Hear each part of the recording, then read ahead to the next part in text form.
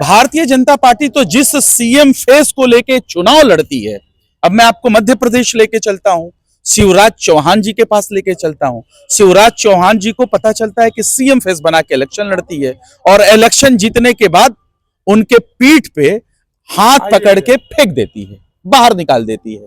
उसके बाद क्या होता है? उसके बाद आप चले आइए महाराष्ट्र में, एकनाथ शिंदे जी को सीएम फेस बना के इलेक्शन लड़वाती है और एकनाथ शिंदे जी आउट।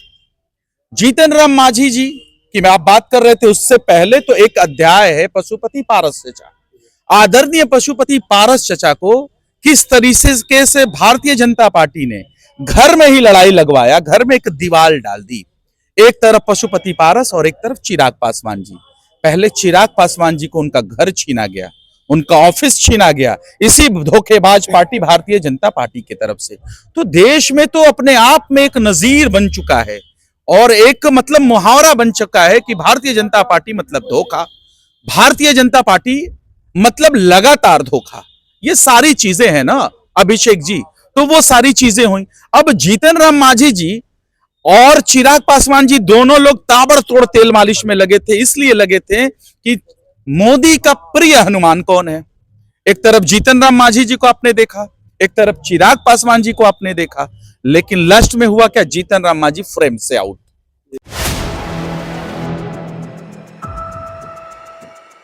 नमस्कार, आप देख रहे हैं 4 PM और मैं हूं अभिषेक मिश्रा। भारतीय जनता पार्टी की राजनीति का अंदाज अलग है। मोदी जी की राजनीति अलग होती है, अमित शाह की राजनीति अलग होती है।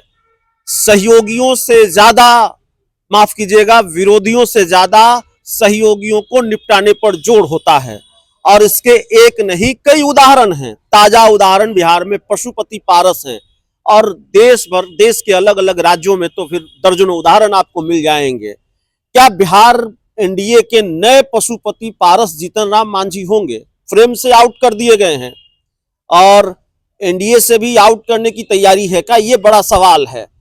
20 से ज्यादा सीटें मांग रहे हैं, लेकिन जिस तरह से फ्रेम से मोदी जी ने आउट कर दिया है पशुपति, माफ कीजिएगा, जीतन राम मांझी को, कितनी सीटें मिलेंगी? सीटें मिलेंगी भी कि नहीं मिलेंगी, अपने आप में इस पर संदेह है।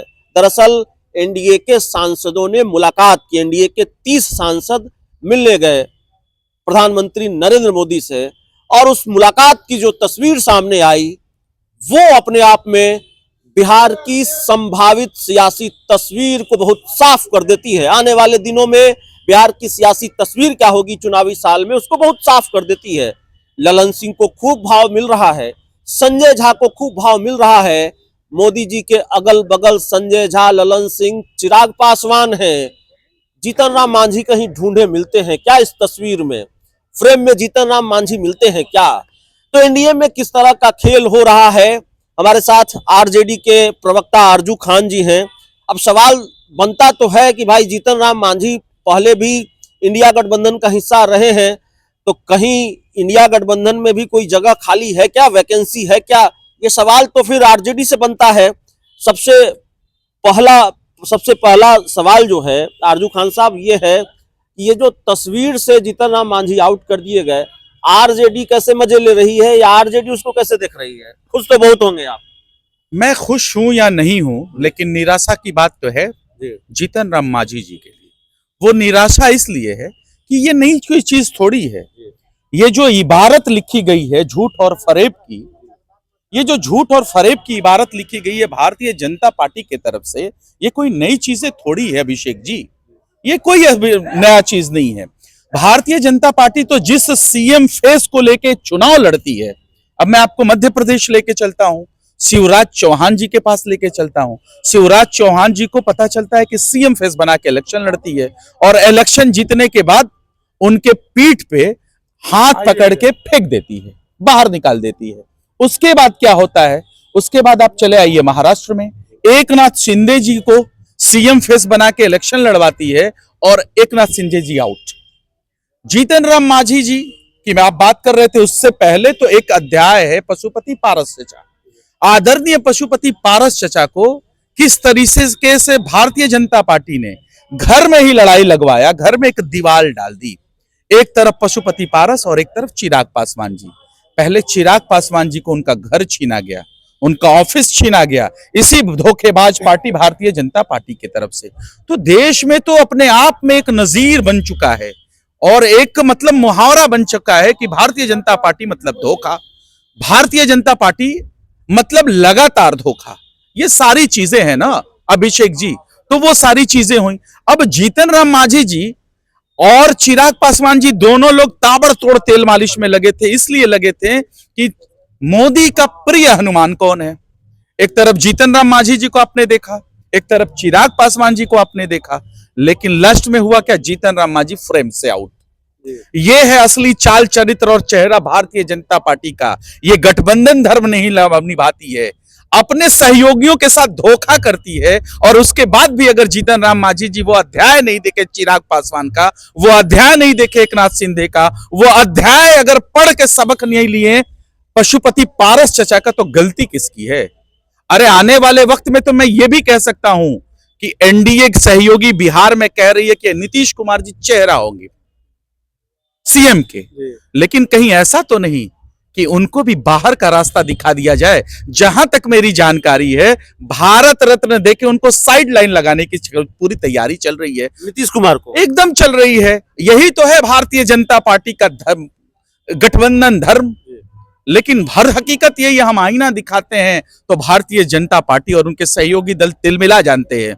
अगर पूरे देश में कोई नजीर है धोखेबाज पार्टी की और सबसे ज्यादा करप्ट पार्टी की, तो उसका नाम है भारतीय जनता पार्टी। जीतन राम मांझी के लिए कोई ऑफर है इंडिया गठबंधन में, आरजेडी में? अभी तो वो पहले वहां से निपट लें, उसके बाद तो हम हमेशा से कहते हैं उनको नहीं निपटना है ना, अब तो बीजेपी निपटा रही है। नहीं, अब निपटा रही है, वो निपटना चाहते थे तो वो निपट ले। अभी तक तो वो कहते थे गरीबों दलितों वंचितों के नेता हैं, लेकिन हर चीजों पे वो मौन रहते हैं। तो आपको कौन एक्सेप्ट करता है, आने वाला ये वक्त बताएगा, आने वाला वक्त बताएगा। लेकिन मैं एक चीज आपको स्पष्ट कर दूं कि राष्ट्रीय ये तस्वीर संयोग है कि प्रयोग है? सर प्रयोग है, नहीं है ये सब, ये संयोग भी नहीं है और ये प्रयोग का ही हिस्सा है। क्योंकि हमेशा से भारतीय जनता पार्टी प्रयोग करती है, कभी आरएसएस का प्रयोग करती है, कभी अपने अलायंस का प्रयोग करती है, और इतना प्रयोग करती है कि एक ही घर में दीवार डाल देती है और बाप को बेटे से अलग कर देती है। ये प्रयोग है, संयोग नहीं है भारतीय जनता पार्टी का। इसके बाद भी अगर उनके सहयोगी दल अगर नहीं सीखते हैं तो इसमें हमारी क्या गलती है साहब।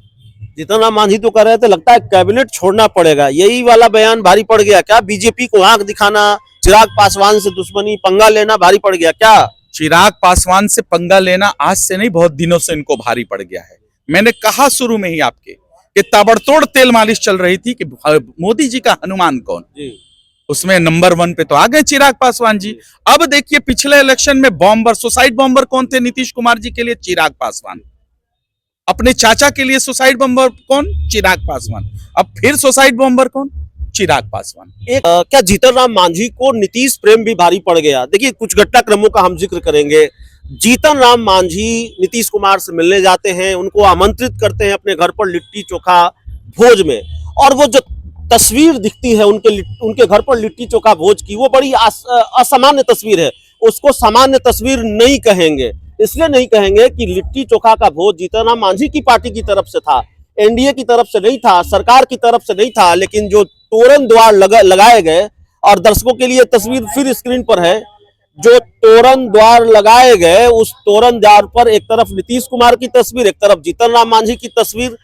तो नीतीश कुमार के प्रति इतना प्रेम उमड़ा जीतन राम मांझी का। अब वो कैबिनेट मंत्री हैं मोदी जी की कैबिनेट में, लेकिन तस्वीर नीतीश कुमार की लग रही है। अगर तस्वीर ही देखिए आपके सवाल ने मेरे एक जवाब को पूरा कर दिया है, और वो इस तरीके से पूरा कर दिया है कि जीतन राम मांझी जी का तो नीतीश प्रेम है ही है, लेकिन नीतीश प्रेम किसके लिए है?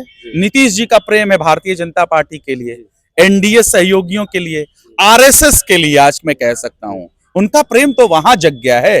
तो स्वाभाविक है आज जीतन राम मांझी जी पहले अध्याय हैं, दूसरे जो अध्याय होंगे वो नीतीश कुमार होंगे। 2025 का सीएम फेस जरूर मानते हैं इनको, लेकिन जीतन राम मांझी और पशुपति पारस चचा अगर कोई बनने वाला है आने वाले 2025 के चुनाव के बाद, तो वो है माननीय आदरणीय नीतीश कुमार जी। मांझी जी नहीं बनेंगे? मांझी जी तो हो चुके हैं साहब, मांझी जी तो हो चुके हैं, अब हो चुके हैं। अगले बीजेपी के अगले शिकार। अच्छा ये बताइए, अगर मैं कहता हूं आदरणीय जीतन राम मांझी जी को कि आप औकात दिखाने की बात करते थे, आप दिखाइए औकात।